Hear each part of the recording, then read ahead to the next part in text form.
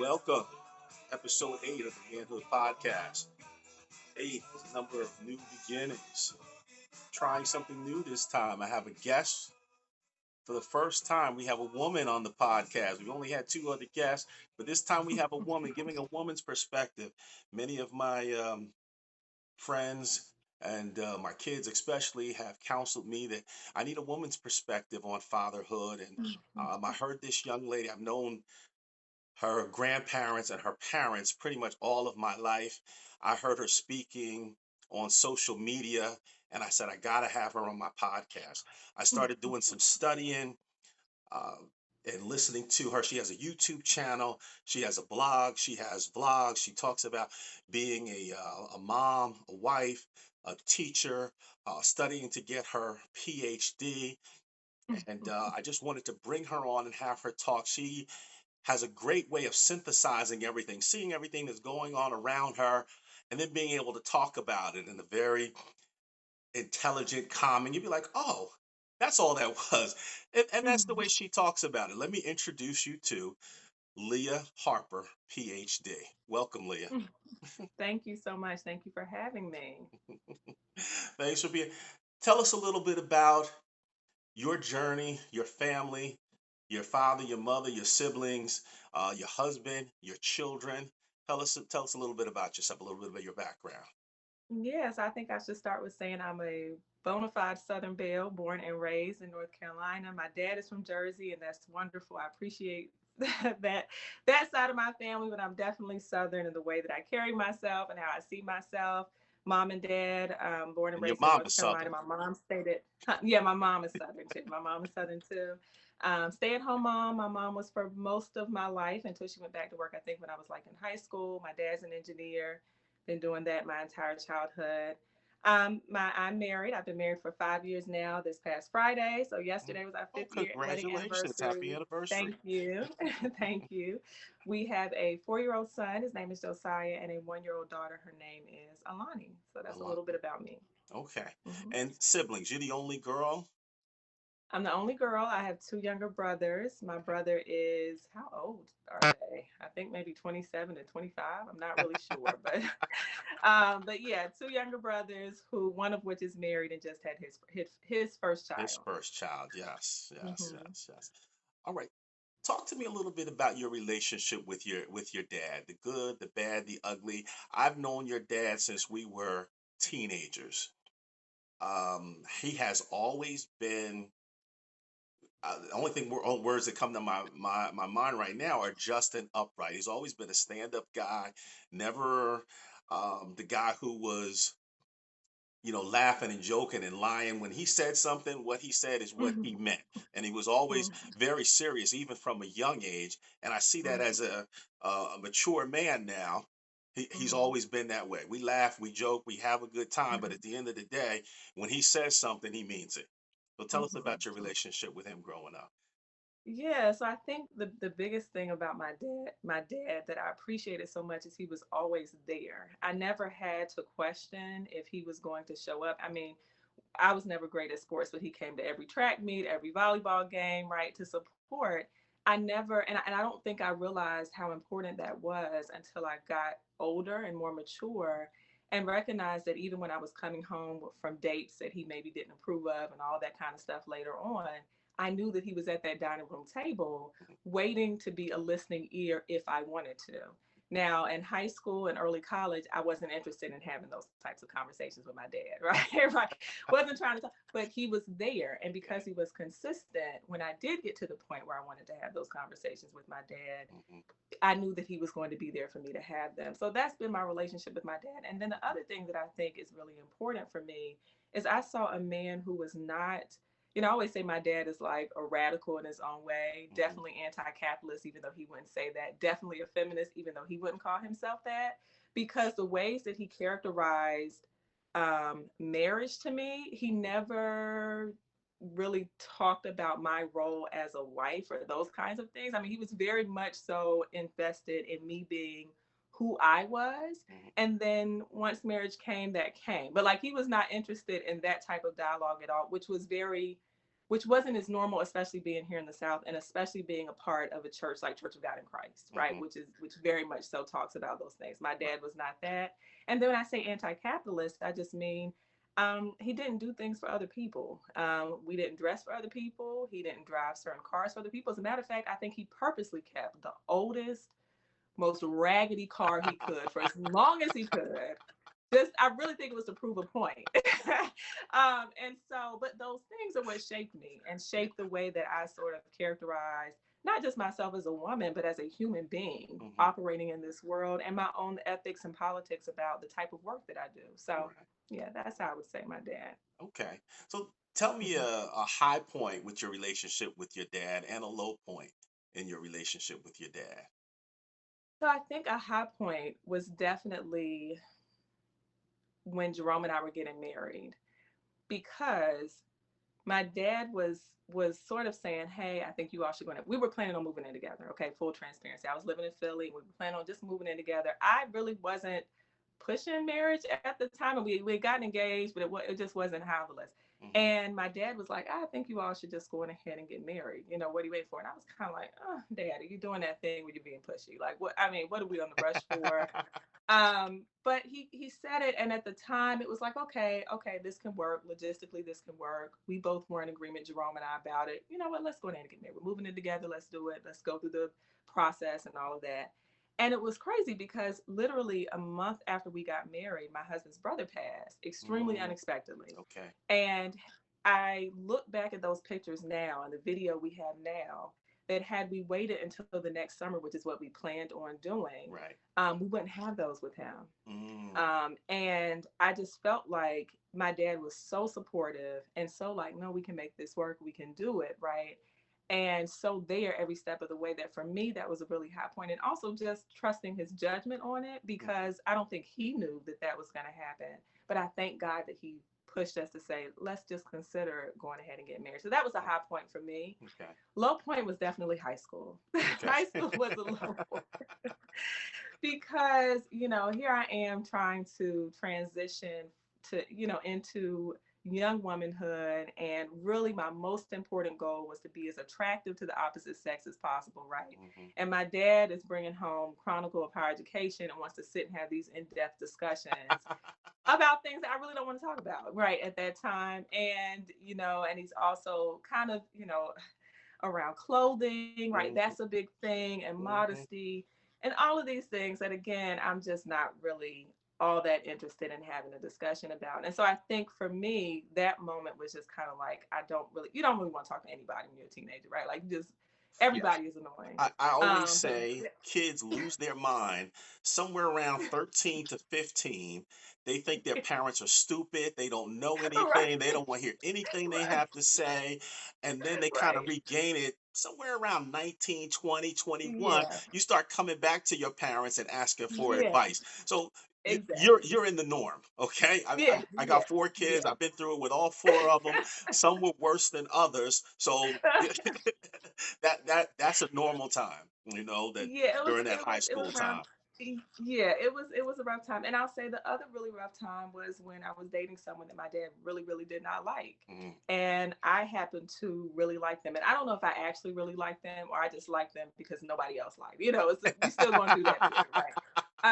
And so my what dad, I felt like my would dad you was consider that person to be a project? So when you needed to, oh yeah, that was a okay, definite. yeah, I'm not even yeah, sure what that was. I, Looking back was like, what were we thinking? yeah, yeah. Look, But my dads dad, I can see felt like, that when it's a project that needs to be built up. yeah. He like, no, baby, I don't want you to Uh, have to be, strapped mm-mm. with that. Leave that thing alone. Exactly. You want somebody Exactly. who's already established and kind of at least has an idea. They don't have to be perfect, but you Yeah. see the roots within them that there's something good coming Yeah. out. I I get Yeah. it. I get it. Yeah. Dad wasn't seeing any of that. And he was right. Yeah. But at the time I felt like he was being a bit dramatic. Yeah. And I felt Mhm. like he was kind of being a bit overboard. And this Yeah. person was a lot of fun. Mhm. And so, my dad would just be just, oh, so hurt. And, Uh-huh. he was just so, and Little I bit of just was like, a okay. bad boy. Was that your bad boy phase? Yeah, yeah, yeah. And my dad is the complete opposite, right? So I mean, Yes. that's not his Yes. nothing about. And Hmm. so, that Yeah. was a bit of a rough time. And I truly No think one my would dad confuse just your prayed dad him of away. having swag. No, no, no. So to see me pick this person whose primary goal in life was looking the part. I mean, it just Oh, hurt his heart. yeah, It really hurt his yeah, heart. yeah, yeah. And so, Your but dad has always been about substance yeah, over yeah, style or fashion. Not that he's yeah, not stylish and yeah, fashionable, always looks yeah. very well, but he's not looking to be trendy No, or anything no, like that. no, Had never has been as long as I've known him, no. and that's been over 40 some Uh-uh. odd years. But he's Mhm. always been somebody of substance, and I'm sure to see you Yeah, with someone who was basically the total opposite of him and his values, yeah. I'm sure he was upset about it. Yeah, And it was a struggle. It was a yeah, struggle. But yeah. I'm thankful for that and for that tension that we had because Mhm. again, Bill proved to be right. And and it was like, yeah, I get it. I get it. Probably I'm definitely before your time, and even before my time. There was a TV show Mm. called Father Knows Best. Okay. Okay, and it sounds like my friend Yeah. Bill might be, the leading character, leading actor to get that Yeah. role. Okay, and Father Knows Best, but that's Uh-huh. always been the way he is, and knowing his parents, that's the way they were. Yeah. Yeah. Always. Hmm. Um, Sure, steady, conservative, never real flashy or Yeah. anything else. Reliable. I love Hmm. them. Listen, I consider myself to be one of their children. Okay, Hmm. I don't think I ever had any godparents, but I consider Right. them my godparents. All right, I Right. call them Right. mom and pop all the time. Your Uh-huh. grandparents call them mom and pop all Hmm. the time. So I can see the steady hand that they had, and then Hmm. see the Hmm. success in their children, and now Hmm. in their grandchildren doing that. Hmm. And there's in the time you talk about in high school and in dating this guy, there's a desire for a child to want to be independent, Right. and Right. then the parent Hmm. wanting to at one stage guide and at another stage Hmm. keep you dependent. And that kind of Hmm. happens in the terrible twos. And I'm sure you went Hmm. through that with your Hmm. son, where he wanted to be independent and do things on his own. Yeah. And you wanted him to, no, I'll do it for you, or let me show you Hmm. how to do it. Hmm. And I'm kind of transitioning now into your Hmm. kids. How Hmm. how did that work out in the terrible twos? The terrible two. Yeah, with your son. Because I've seen With him on my, social media. He's very, very active. He is his yeah, own man. He is yeah, determined to what he wants yes, to do and how he wants. And you could, I yes, mean, it comes through with social media. All right. So yeah, I'm sure you yeah. had your struggles with him. Yes, it was. And honestly, I think I blocked that time out of my mind. I really think I blocked it out. I think that it grew me a lot as a mom and my patience Yeah. and understanding how to talk to him. And how you talk to a 2-year-old. Again, Hmm. I blocked that out of my mind. But really talk to him and count him as just a little human being with big emotions Right. right now, Hmm. and trying to figure out how to express those emotions, not being able. It has to be frustrating to want to say something and nobody get what you're trying to say, right? Yeah. To be thirsty and nobody Hmm. can tell you want water. That's That good. has to be frustrating. That is good. So I took it as a step towards my own patience and understanding, and Hmm. allowed myself the room to grow as a parent as he's growing as a little human. Hmm. Yeah. Yeah. Now, your husband. Tell me about your husband. How you all met. How long you dated. You said you've been married for 5 years. Tell me about him. Hmm. Okay, so speaking of speaking of fun, so Jerome Uh-huh. and I actually met at the club. We met in DC at a Okay. club, and talked really briefly. DC at the time, I'm sure it is still now, but very young black professional crowd. You go Hmm. out, you meet people. What do you do for a living? Where do you go to school? All that kind of stuff. So we met. We linked up at the zoo, actually, which wasn't far from my house on Connecticut Avenue. Hmm. And he was just hilarious. He was so Okay. funny. And then we started having conversation, and I'm like, this man is the conversation was just totally different. Now, mind you, I'm 23, he's 25. Hmm. And I'm thinking, oh, it's because he's 25. He's just Uh-huh. so mature. And what I didn't know is that he was a man of character because of the things he had gone through. He Mm, had already had open heart surgery at 21 at that point and wow. still managed to finish college. Okay. He was working as an accountant, so Hmm. he was, even though how we met sounds like not, how you would expect, he Right. very much mirrored my dad in terms of character Mm, and not being flashy. I mentioned he's an accountant, so he's yeah. constantly counting all of our dollars, every cent, all of my Target shopping. He knows it all. Yeah, um, yeah, your dad and is not tight with a penny, is he? oh boy. I just told you those raggedy car. I don't know what the thing was there. And similarly, my husband is holding on to this car he will not Yeah. let go Okay, of. so you married a man just Emotional, like your dear old dad. just just like my dad. Couldn't avoid it. And so, but I saw a man of character Yeah. and who had something to say and whose words aligned with his actions, even when we were still out and about in these streets, as they Hmm. say.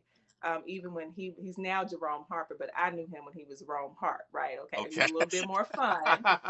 His words and his actions still aligned. Yeah. And as we grew together and Hmm. matured together, those things matured together. And quite frankly, as someone who is a very independent Hmm. person, I just said my dad definitely raised me Yeah. in a more, I think, feminist way. Hmm. Um, he was the first man I met that I respected at the same level as I respect my dad as a leader, Mm, okay. because it would have been almost impossible for me to Yeah. marry someone who I didn't feel like I could ask them a question and I Right. respected the answer. Hmm.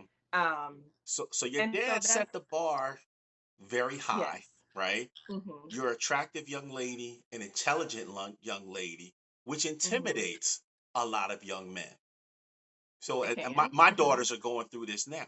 Dad, I can't Mhm. find anybody. They're all this and they're all that, but nobody Mhm. that I would be interested in for the long term. Did you go through Yeah. that?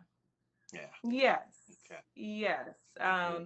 I dated some guys who I think were comfortable with how I presented in terms of the feminine Southern thing. Hmm. But once I mentioned like career goals or said something, because I read a lot, so Yeah. I can talk about a lot of different Hmm. topics that didn't align with us talking about them. Mm. It seemed to not really work, and Yeah. I don't think it didn't really work on their end. I just kind of disappeared because I Right. knew I can't be in a relationship with someone that can't respect or understand my mind as Hmm. much as they like the way that I look. And Right. so, yeah, that can be intimidating. Okay. And it Okay. was. Yeah. And that's what made Jerome so attractive because it didn't Yeah. phase him. Yeah. Yeah. Definitely had to be a special young man to approach Hmm. you and feel comfortable and then Hmm. accept everything that is you. You know, a Yeah, woman with a exactly. PhD, great looking woman, Hmm. very Hmm. articulate and smart and everything. A lot of Hmm. men would have been intimidated and walked away. All right. So I Hmm. give him kudos for that. Hmm. Once you all were married, Hmm. expecting a child, Hmm. tell me, well, let's go back because a lot of my podcasts I talk about being a Hmm. father and expecting a child. Hmm. Did you plan on having a child and intentionally um, had relations to make a child, or was it like, oh, I'm pregnant? It was, what a beautiful blessing. I'm pregnant. And listen, I've got four. All right. Yeah, yeah. I would say they were all a beautiful blessing. I Uh-huh. I don't remember planning any of them. My wife may have Right. planned one of them, but the other, Right. I wasn't planning on any of them. Okay, and Right. that's Right. typically the way it happens. Yeah. And as men, we're almost, I don't want to say forced, but Mhm. it wasn't our plan, it wasn't our expectation, it wasn't the goal we were trying to reach. But Mhm. now it's Mhm. here, Mhm. and we're slow to make the change to becoming a Mhm. father, where women seem to do that faster, and Mhm. you're almost forced to as a woman because your body is changing Mhm. almost Exactly. immediately. And as a man, we Mhm. don't see all of those changes, we don't feel any of those changes typically till the Mhm. child gets here. So Mhm. how was your husband as an expected father? So it was rough at first because yes, it was a surprise, and I think Jerome, to your point about men having to catch up, was trying to grapple with this not being a part of his 5 year. We want to Mm-hmm. be in a particular place financially. We want to travel. We want to still be able to go out without any strings attached, right? As a newly married couple. And now you're saying you're pregnant, right? And I think I was a little disappointed in his response at first Mm-hmm. because I felt like, okay, we're married. This is what happens. We have Right. children. And to be honest, I was like, who cares about the 5 year plan? Like, he's much more practical. And I'm much more just go with the flow, it'll Mm-hmm. all work together. Yeah. Um, but by the time I think we got probably a few months in, and you start feeling the baby kick, Mm-hmm. and you see the ultrasound, right? And Mm-hmm. it starts to become real. I think that that's I'm when, sorry, Leah. Hold on a second. My yeah, daughter is uh-huh. calling me. It's her third time. Okay, okay, Hold on.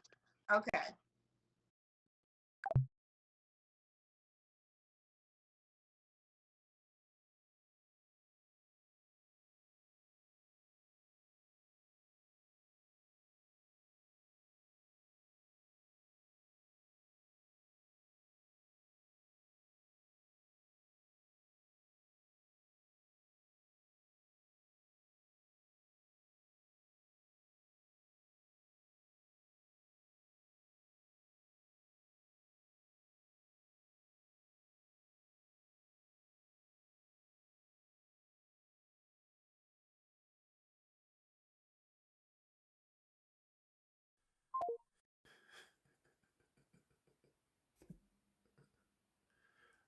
Did the call end? Shoot.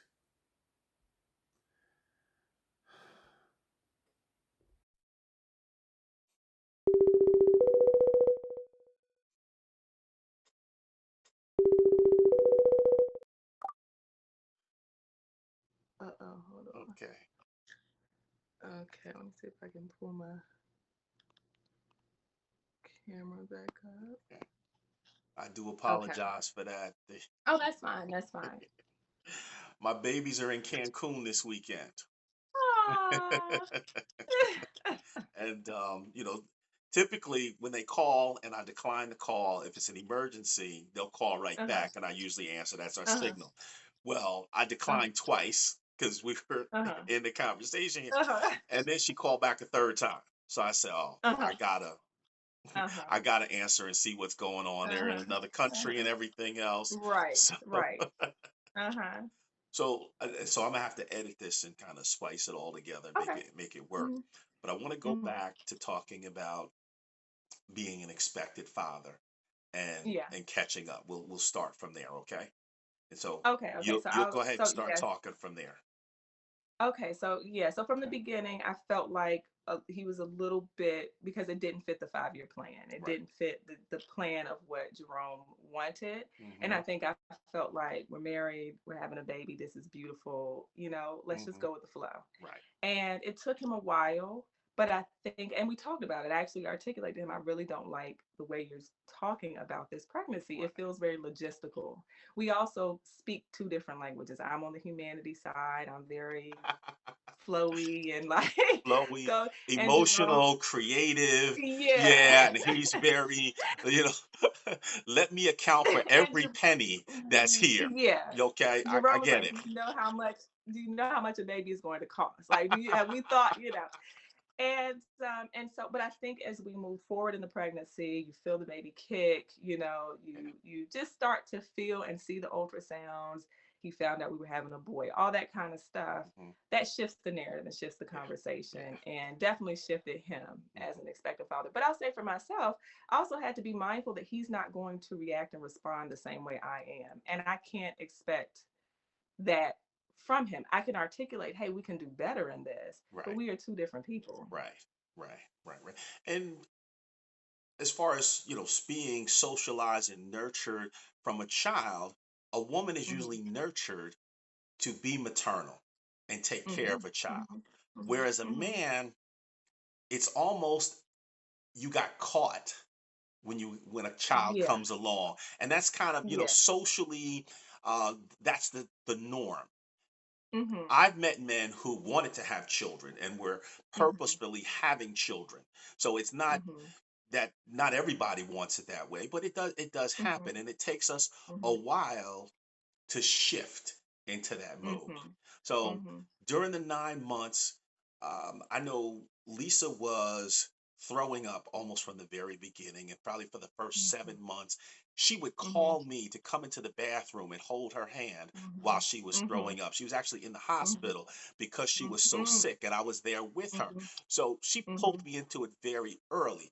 Then when the cravings Mhm. came and everything, I was running out Mhm. 11:30 at night, getting her ice cream and Mhm. whatever she wanted.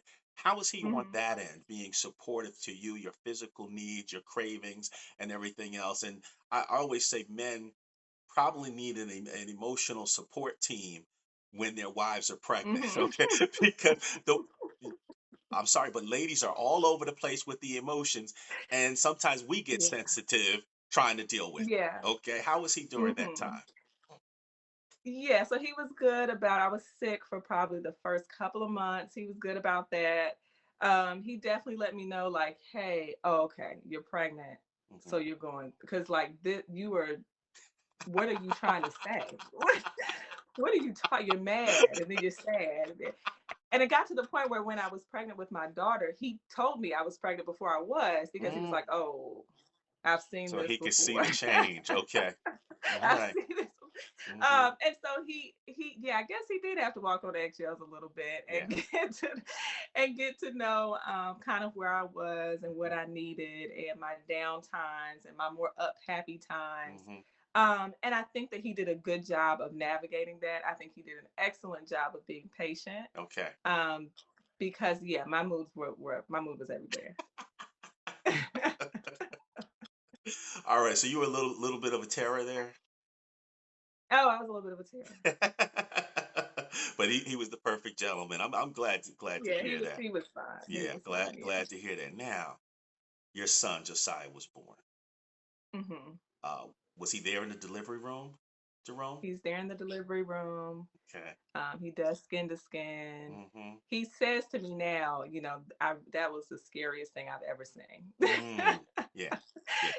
Pushing the baby out, the Mm-hmm. whole thing. It is life changing. And it's life It's changing. It's life life changing. changing. Not just It's having life the changing. child, but And watching that child being born is yeah, life changing. I felt closer yeah, to God seeing that happen. Okay, and it was yeah, just yeah, yeah, and yeah.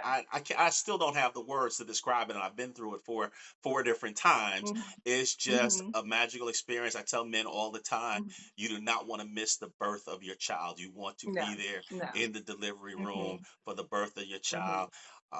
You all were there together when you made the child. You need to be there together when that Hmm. child enters into this earth.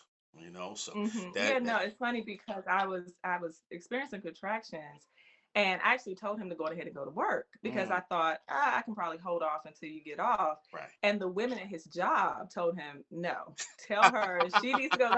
You need to meet her at Penn Hospital. She is about to have this baby.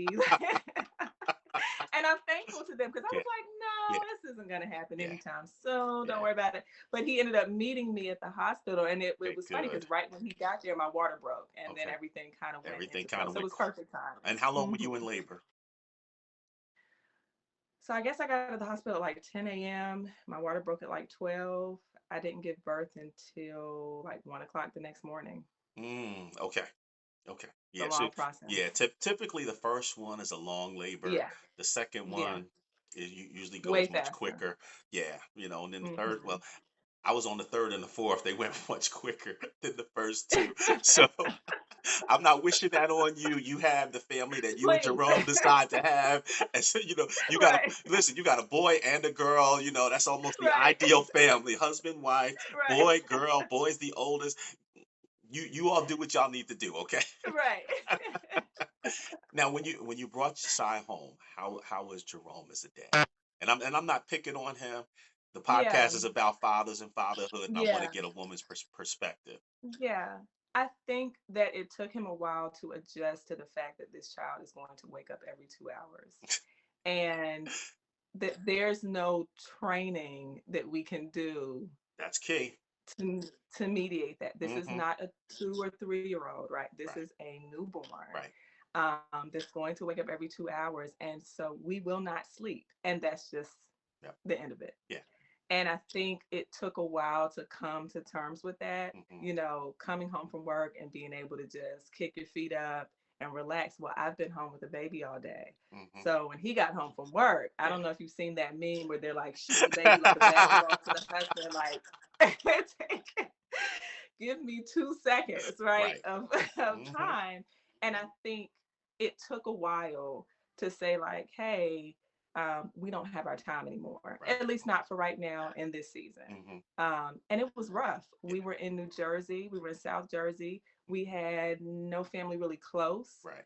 And it was just us. And we had some knockdown, drag out fights, arguments, not Mm-hmm. physical fights, but Right. arguments that stemmed out of just being tired Yeah. and frustrated Mm-hmm. and by ourselves Yeah. and trying to figure out how to handle a baby. So I always say, I think a lot of times the media characterizes single parenthood a particular way. And like, if you have a husband there, then everything will be fine. No, babies change everything. Beautiful, Mm-hmm. wonderful, but they will change the dynamic of your relationship. They If you will. all were going out every Thursday evening and getting margaritas, right? That's not you're gonna have to make them at home, right? Figure out ways, to still have fun because it's just not It's happening. not So happening. it changed the dynamic Yeah. completely. Yeah. Yeah. Completely changes the dynamic. Let me ask you, how was he getting up? And I know with my kids, Lisa, Mm-hmm, if she got up at night, she was mm-hmm, up for 3, 4 hours straight. She turned on the light. mm-hmm, She started talking to me and mm-hmm. everything. I could not get any sleep. Whereas me, I could get up, rock the baby to sleep, bottle, diaper, whatever, lay them Mm-hmm, back down. And before they mm-hmm. went to sleep, my eyes closed and I was asleep. So I would get up with them at night. How was he uh, getting up at night? so he would get up, but Jerome's actually the opposite. Once he's up, he's up. Okay. So he sleeps very light. And of course, the baby's in the room with us. Mm-hmm. So he wasn't getting any sleep anyway. Mm-hmm. And so he would get up a lot of the times, especially if I was saying, babe, I just can't. Yeah. I just can't do it. Mm-hmm. He was good about it. But I do think then to get back up in the morning, it was just It's like, tough. because you're not getting any sleep. And Yeah. I'm thankful because I've heard other stories of men saying, hey, go to the other room Mm-hmm. or take them somewhere else. Yeah. And he never did that, right? he Okay. he struggled through it with me, Yeah. and I appreciate him for that. Okay. Okay. Let me, and Hmm. I'm kind of going back because I missed this earlier. Just Hmm. briefly, what was his relationship like with his father? So Jerome's father has been incarcerated since he was 1 month old. Mm, okay. Incarcerated since he was 1 month old. Okay. His relationship extends as far as phone conversations Right. every Right. few months or Right. so. So he didn't have a And role so model. his fathering really came from his brother and his cousin. His brother was 12 years older than him, Okay. and his cousin was 12 years older. And so they sort of were the fathering figures. Okay. And I think he watched his brother, who also did not have a relationship with his father, Hmm. parent his kids in ways that I see Jerome parent our children, if Okay. that makes sense. Okay. Good. Because Good. for him to not have had that Hmm. fathering experience, Yeah. you wouldn't know it. I mean, Right. you really, and a lot of it had to do, I really credit his older brother and cousin Hmm. for setting this standard. Yeah. I also think, because I asked Jerome about this before, many of the people in his family are not married. And so I asked him, what made you want to be married? And I think it was a wanting something different Okay. and seeing something different as a Hmm. possibility for himself. Right. And so that, I think, made a huge difference, but it also meant that we've had to learn a new dynamic, Hmm. because if you don't see that dynamic growing up, Right. you're kind of establishing a new legacy, right, for Right. yourself Hmm. that sort of starts with you. Yeah. Yeah. So I I think always say that's with the that. podcast, and I'm sorry to Hmm. cut you off. With the Hmm. podcast, two most important things we do in life: being a parent Hmm. and being a Hmm. spouse. There is no Hmm. training for. There's no Hmm. school that you go to. There's no course that Hmm. you take. Women will read books Hmm. about it. As men, we don't typically go and read a book about how to be a man, how to be a father. Hmm. And we all Hmm. kind of learn. And we're either given a good role model or a poor role Hmm. model by the men in Hmm. our lives that came before us. I Hmm. had someone on Hmm. before who had a good role model, and his father, Hmm. like Jerome's father, had been incarcerated most of his adult life. Hmm. Hmm. And even though he had a good role model, his stepfather, his Mhm. bonus dad, I'll call him, Mhm. he wanted to follow in the footsteps of his biological father, Mhm. and be Mhm. out running the streets. And thank God he didn't Mhm. completely follow it. He's never been to jail or anything like that. Mhm. But he was Mhm. out there living that Mhm. life. And now that he's had a Mhm. child, he's kind of Mhm. come back around. Listen, I was Mhm. impressed with your husband Jerome before. I'm even more Mhm. impressed with him now. Okay, that really he has not had a role model and has been Mhm. able to be the model Mhm. dad. I Mhm. know, for me, when I got up at night, I took the babies downstairs in the family room while Lisa slept Mhm. upstairs so that she could get some sleep Mhm. during the day. And Mhm. not to ask you to leave out, Mhm. that's admirable. That he Mhm. would Mhm. just kind of suffer through it, knowing that he had to Mhm. go to work the next day. Mhm. You got a good Mhm. one. Mhm. Mhm. I know. you you got a good one. Now with your daughter, dads and Mhm. daughters are totally different than dads and sons. how, how is he? Tell me about that. She has him wrapped around his face. I mean, some of the things that Josiah was I was like, Josiah was one, Yeah. and he was like, nope, can't get away with it, can't get away with it. If we don't check it now, Alani is, bless her heart, a little tyrant. Yeah. I mean, she points at everything she wants, Yeah. and Hmm. we're supposed to get up and move to where she's pointing to. And so much different. Yeah. This is going to be an interesting journey, Yeah. to say the least. Yeah.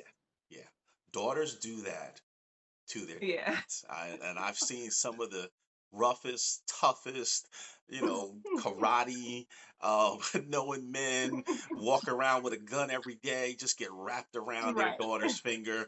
And with their Yeah. sons, I've seen them just snap his fingers and say, Mhm. suck it up, you Mhm. know.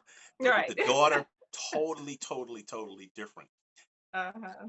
As Mhm. far as caring for her and everything, does he get up Mhm. at night and well, now she's one, but when she was born, Yeah. getting up at night and doing all of that good stuff.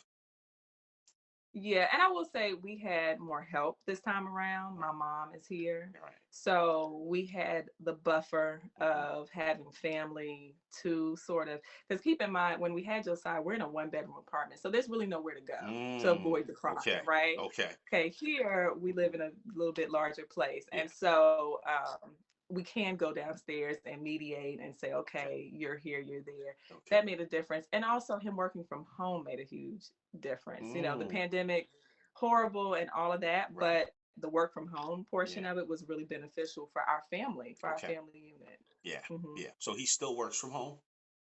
Yeah. Okay. Hmm. Okay. All Yeah. right. Great. Um, can you say that your relationship with your dad set expectations for you as a wife, for your husband as a father? Yeah. For my husband, yeah, I think it did. Okay. And I think that, to be honest, I'm having to work through that they, while similar, are not the same person. Right. And therefore, it, it have my expectations for my children's relationship with their father, let that go of what I have, Mm, and let their relationship be their relationship. okay. That for me has been really important. Yeah. Yeah. Is him fathering the way that is for him, Yeah.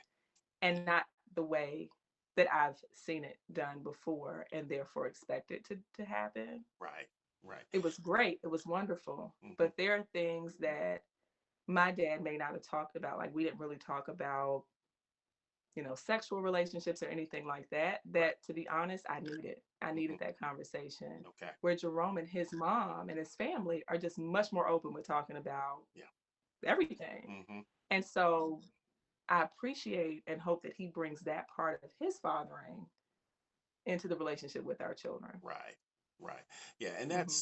that's very important. Those expectations.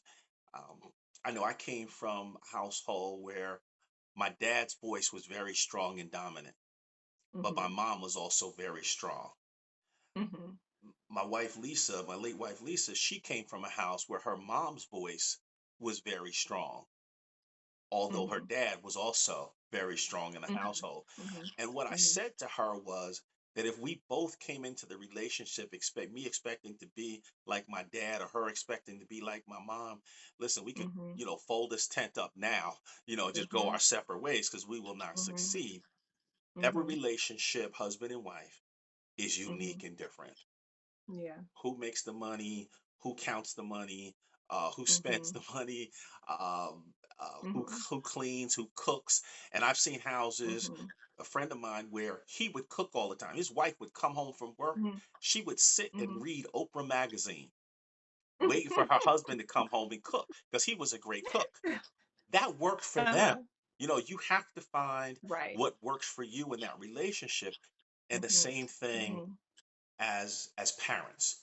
You have to Yeah. find what work, and it's a moving target because Yeah. as they Yeah. grow and change, they go from expecting to being an infant, moving on to being a Mhm. toddler, to that early Mhm. childhood stages.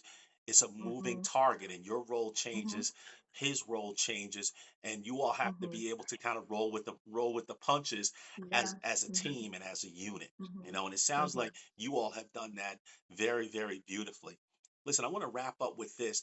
Tell me a little bit about um, Don't Waste Your College Tuition, the book Okay, that you have yeah. written. Yeah, go ahead, tell me about that. Yeah, so back in 2019, Jerome and I had this idea. We were talking about our college experiences and talking about the fact that a lot of times students go to college with the expectation that all they have to do is show up Mhm, and they'll get the degree, and then a good job, good being subjective to what they want, will mhm, fall into their lap. And that we're in a moment where college is much more competitive, where you're going to have to do a lot of extra work, which includes internships, fellowships, pipeline programs, etc., study abroad, in order to really set yourself up for the type of career, if that's what you're choosing to do, that you would like to do. It's not as easy to get into medical school. It's not as easy to get into PhD programs, right, as it may have been in the past. And so we were talking about that and decided, you know what, we should write a book, something really short, simple, to the point about it. And then as we were talking to people about the book, we found out that so many people were really looking for help around funding for college and trying to figure that whole thing out. And I knew quite a bit about that and knew the type of work it required. Also, I'm a high school teacher. I teach juniors and seniors, so I get to see that as well. mhm. And that's sort of where that came from, just really a desire to help students, specifically students of color, to understand what they have to do to compete. Yeah, And that has been a labor of love for both of us to do. yeah, yeah. And it is a much needed resource. I know for Mm-hmm. me, I'm the first in my family to have gone to college. And my Mm-hmm. parents couldn't tell me about the ACT or the SAT or Mm-hmm. writing the Mm-hmm. essays and everything else. Mm-hmm. My kids now have a whole generation of aunts and Right. uncles who have gone to college, and in their Mm-hmm. generation, all of their cousins have gone to college, grad school, Mm-hmm. PhDs, and Mm-hmm. so they now help each other. But those Mm-hmm. resources Mm-hmm. are drastically needed because every parent, they look at their child's in high school, they're looking at going to college. What do I do? How do I get there? Right. And I love the Mm-hmm. materials that you have online. Full disclosure, I have not purchased your book. I will purchase your book, Mm-hmm. okay, and Mm-hmm. want to read it and recommend it to other Mm-hmm. people. But as I was doing my research for today, I saw where you got some, what, 700 and over $700,000 in scholarship going to school to get your Mm-hmm. PhD, which is truly, Yeah. Yeah. truly Between my amazing. master's and PhD. Yeah. Yeah, yeah, between the master's and PhD. And so, folks, it can be done without going deep into debt. Please get Leah and Jerome's book. Leah, I want to just say thank you, thank you, thank you. I'm so glad I had you on as my first female guest. It was wonderful talking to you. Please give my love to Jerome and the kids. I knew he was a special young man, hearing your grandparents talk about him and seeing the way you all interact on social media. And I think I've met him once or twice. Now I'm even more impressed with him. Okay, by the Well, things thank that you you so have much. said. Yeah. Yes, Mhm. yes. Thank you so much. Thank you Okay. for having me. I so appreciate it. Okay. You are welcome. Listen, folks, thank you for listening to the podcast. I hope you catch our next episode. If you haven't listened to the previous episodes, please, by all means, listen. They all build upon each other. Some of the things we've talked about here, we've talked about in earlier episodes in much greater detail. And look for the next episode. I have another guest coming up probably in about 2 weeks. Who young man who grew up without his father, grew up with his uncle in his life, and you can see the influence there. And we'll talk about his journey. It's very unique, and I think you'll find it very interesting. Thank you all for listening.